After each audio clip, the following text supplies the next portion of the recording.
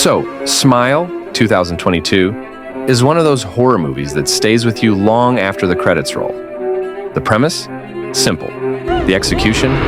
Absolutely terrifying. The story follows Dr. Rose Cotter, a psychiatrist who witnesses a bizarre and unsettling suicide by one of her patients. From that point on, things spiral into a nightmare as she begins seeing, well, smiles. But not the happy kind.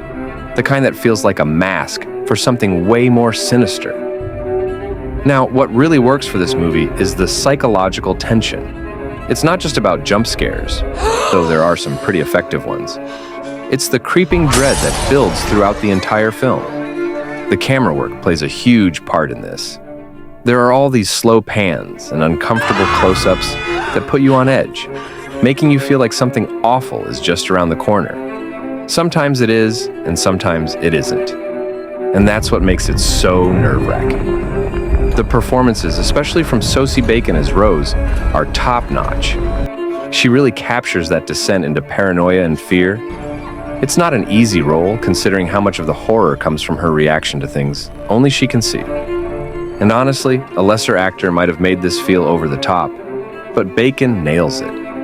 You really feel for her as she tries to convince everyone, including herself, that she's not going crazy. One thing I loved about Smile is how it plays with the idea of trauma. The whole movie is basically a metaphor for unresolved trauma passing from one person to another, like a curse.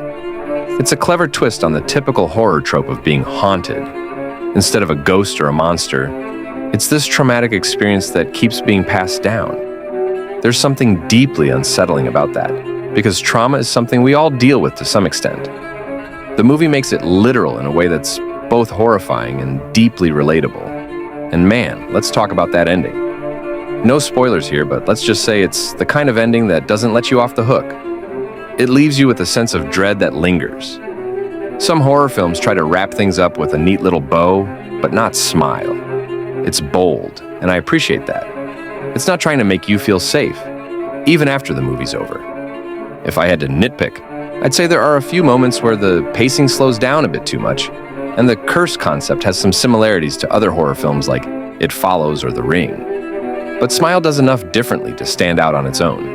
It's more about psychological decay than just surviving a supernatural entity. Overall, Smile is a slow burn horror that crawls under your skin and refuses to leave. It's not just about the scary faces or the supernatural, it's about fear, trauma, and how those things can consume us if we let them. Definitely worth watching if you're into psychological horror, or if you just want something that's going to make you feel uneasy for days.